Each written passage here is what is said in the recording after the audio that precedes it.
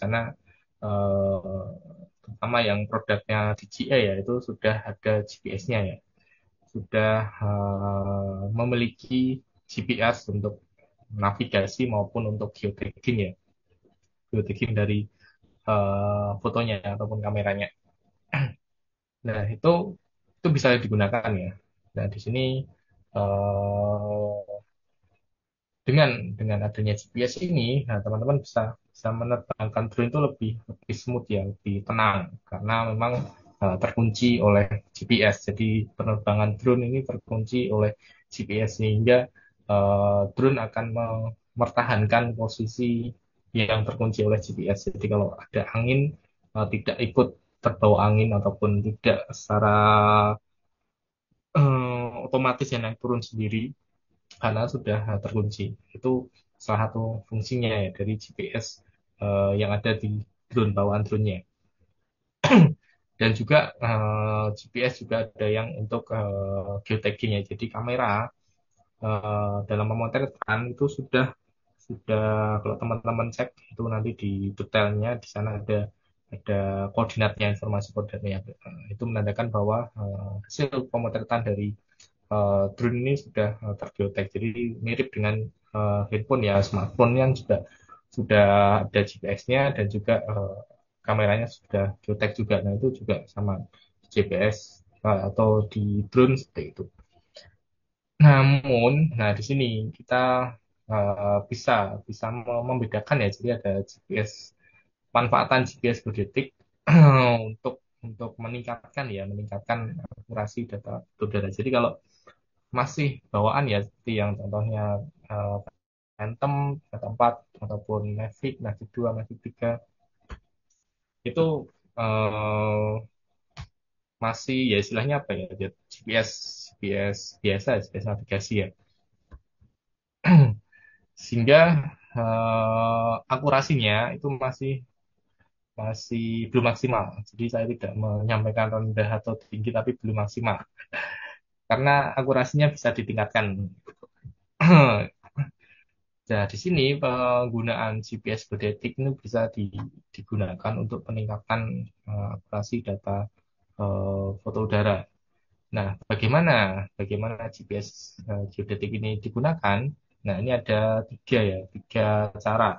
Yang pertama ataupun tiga metode ya. Ini pertama RTK ya, real time kinematic. Jadi koreksi secara langsung ya. Jadi eh, kenapa GPS geodetik ini bisa lebih akurat ya? Nah, karena sudah ada koreksi ya. Jadi ada koreksi dengan GPS lainnya nah gitu ya secara gampang penjelasannya ya. Sudah ada koreksi dengan GPS lainnya. Nah, koreksinya itu bagaimana caranya gitu ya, cara koreksinya. Nah, ada RTK dan juga ada PTK. Jadi kalau RTK ini real time kinematik jadi koreksi secara langsung. Nah, ini contohnya itu ada drone DJI Phantom 4 multispektral RTK. Nah, di sini sudah memiliki modul RTK sehingga drone ini bisa ini GPS-nya ya, ini drone-nya, ini GPS-nya. Jadi sudah connect antara remote, GPS dan juga drone-nya. Jadi komunikasi RTK-nya ini ya dengan sinyal radio antara remote, GPS dan juga drone-nya. Jadi terjadi komunikasi eh, dari ini sebagai base ya, yang rovernya yang ada di drone-nya. Jadi antara drone dan ataupun rover dan juga base ini ya komunikasi dengan sinyal radio antara remote dan juga GPS-nya. Jadi remote, GPS dan juga remote drone. Komunikasinya seperti itu kalau di DJI Phantom 4 multispectral RTK. Nah, ada juga yang post processing kinematic. Jadi proses koreksinya ya gampangnya gitu ya itu dilakukan setelah perekaman selesai. Jadi kalau yang awal yang RTK ini langsung di koreksinya secara langsung sehingga nanti geotek fotonya itu sudah hasil GPS yang sudah terkoreksi ya, koordinat GPS yang sudah terkoreksi beda dengan tempat biasa ya. Nah, di sini sudah terkoreksi yang dan masuk ke geotag fotonya. Kemudian kalau post processing, lah ini eh, perlu perlu beberapa langkah ya. Yang pertama, tentunya di sini ada modul dari rovernya, GPS rovernya, dan juga ada GPS geodetiknya, di mana nanti masing-masing GPS baik rover maupun base itu merekam ya, merekam data GPS secara bersamaan, menghasilkan data RINEX ya, kalau ekstensi datanya RINEX ya. Nah, syaratnya ini harus bersamaan, harus bersamaan baik GPS-nya maupun drone-nya itu harus hidup bersamaan dan nyala bersamaan dan merekam data GPS secara bersamaan. Jadi lebih baik dimulai dulu dengan menyalakan data GPS-nya, dinyalakan dahulu, direkam statiknya, kemudian baru kita melakukan foto udara. Nah, di situ nanti akan ada overlap ya, overlap data di waktu yang sama, baik dari data GPS maupun dari data rovernya yang ada di drone. Kemudian, nah kalau ternyata drone ini tidak dilengkapi dengan PPK maupun RTK, ya, modul PPK maupun RTK, nah kita bisa menggunakan GCP marking nih ya. Jadi membuat penanda ya, penanda di permukaan bumi yang kita ambil data koordinat dengan GPS dan nanti itu masuk ke pengolahan data foto udaranya. Nah, di sini cara ketiga ini yang sebagai solusi jika drone kita yang kita gunakan tidak memiliki modul RTK maupun PPK. Namun ada juga yang menyampaikan ya, yang cukup ahli di bidang drone ini juga pernah menyampaikan bahwa walaupun sudah RTK, walaupun sudah PPK, itu akan lebih akurat lagi jika tetap di GCP. Jadi eh, ya kalau teman-teman mungkin nanti cukup longgar ya bisa ya, walaupun sudah ada RTK, walaupun sudah PPK, ini tetap diambil data GCP-nya. Itu bisa meningkatkan walaupun dibanding tanpa adanya tadi ya koreksi, eh, drone-drone ini sudah menghasilkan data yang eh, lebih akurat ya, lebih akurat. Nah, di sini dengan GCP marking, ya, misal kita menggunakan DJI event tempat, Profit 2 ataupun seperti DJI event tempat ataupun Mavic lainnya, nah kita bisa menggunakan GCP marking ya untuk proses peningkatan akurasi data foto udaranya. Nah, yang alat yang digunakan tentunya ada GPS geodetik dan juga drone-nya. Nah, metodenya, nah di sini juga bisa RTK atau juga bisa RTK Trip atau juga bisa RTK radio ya, tergantung nanti yang memungkinkan. Nah, ini untuk untuk pembahasan ini mungkin bisa eh, lebih detail lagi, ada pembahasannya nanti ya, terkait metode yang digunakan untuk ataupun dalam pemanfaatan alat GPS geodetik. Nah, ini yang sering digunakan yang metode RTK Trip ya. Jadi kita bisa connect langsung ke pos. Nah, di sini juga dalam pengambilan data GPS geodetik ini juga tentunya tidak tidak sembarangan ya. Karena tadi itu eh, data bisa bisa muncul datanya. Bagaimanapun kita melakukan perekaman data muncul, tapi ya kita harus memastikan bahwa data tersebut juga akurat tuh ya. Jadi ya kalau perlu adanya kan di sini nggak ada review ya, gelembung ya. Jadi harus harus tepat dan juga dalam proses setting alatnya juga harus tepat karena juga perbedaan setting alat ini juga akan menghasilkan data koordinat yang berbeda juga. Nah, itu juga perlu diperhatikan.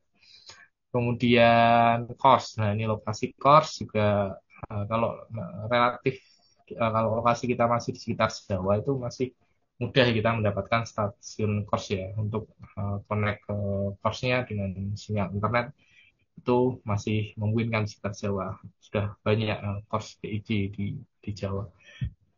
Itu akan mudah ya. Jadi akan lebih cepat kita dalam melakukan proses foto udaranya. Nah, kemudian sebelumnya kita ke tadi ya yang contohnya drone P4 multispectral RTK ini. Nah, di sini juga sebenarnya akurasi bisa kita tingkatkan lagi kalau kita misalnya memiliki PM ya, ataupun kita sudah memiliki data GPS yang terikat dengan course. Tapi ya, namun tanpa data tersebut ya kita sebenarnya bisa. Jadi kalau yang multispektral ini ya data terekam di saat itu di GPS-nya muncul koordinat berapa, nah itu yang digunakan sebagai base. Nah itu ya mungkin kalau dicek kembali mungkin ya ketelitian sebenarnya belum belum maksimal ya. Nah kita bisa maksimalkan lagi ya kita dengan melakukan metode statik dahulu, kemudian mendapatkan ya kita memastikan mendapatkan titik yang menjadi base ini koordinatnya sudah akurasinya ya sudah tinggi, baru itu yang digunakan ya untuk menjadi base. Namun eh, langkah itu ya bisa bisa dilewati. Kita langsung aja menghidupkan GPS-nya dan situ muncul koordinatnya dan itu kita kunci ya itu bisa jadi data koordinat. Namun ya itu tadi koordinatnya saya kira itu belum belum maksimal ya. Penelitiannya itu bisa dimaksimalkan juga. Baik, selanjutnya, nah ini contoh yang GCP ya, GCP. Ini contoh kasus ya, mungkin teman-teman pernah menjumpai dengan kasus yang berbeda. Nah, di sini jika tanpa GCP, ini contohnya dengan drone Phantom ya, Phantom 4 yang bukan multispektral, Phantom 4 Obsidian atau yang Pro ya.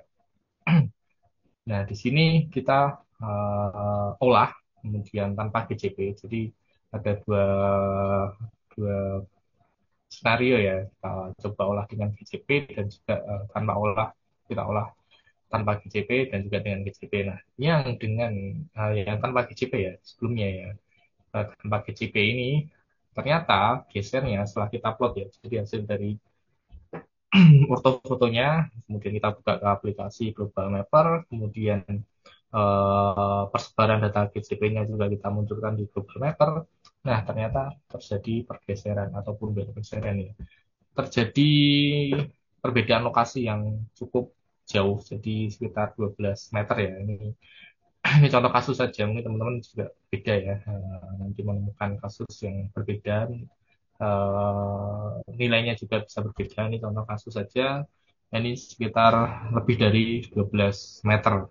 Jadi jaraknya antara GCP dan juga marker ini. Nah, jadi harusnya marker ini berada di sebelah sana. Jadi ini yang titik yang kita anggap benar ya tadi karena atau kita anggap akurasinya lebih tinggi karena tadi diambil dari proses GPS geodetik ya.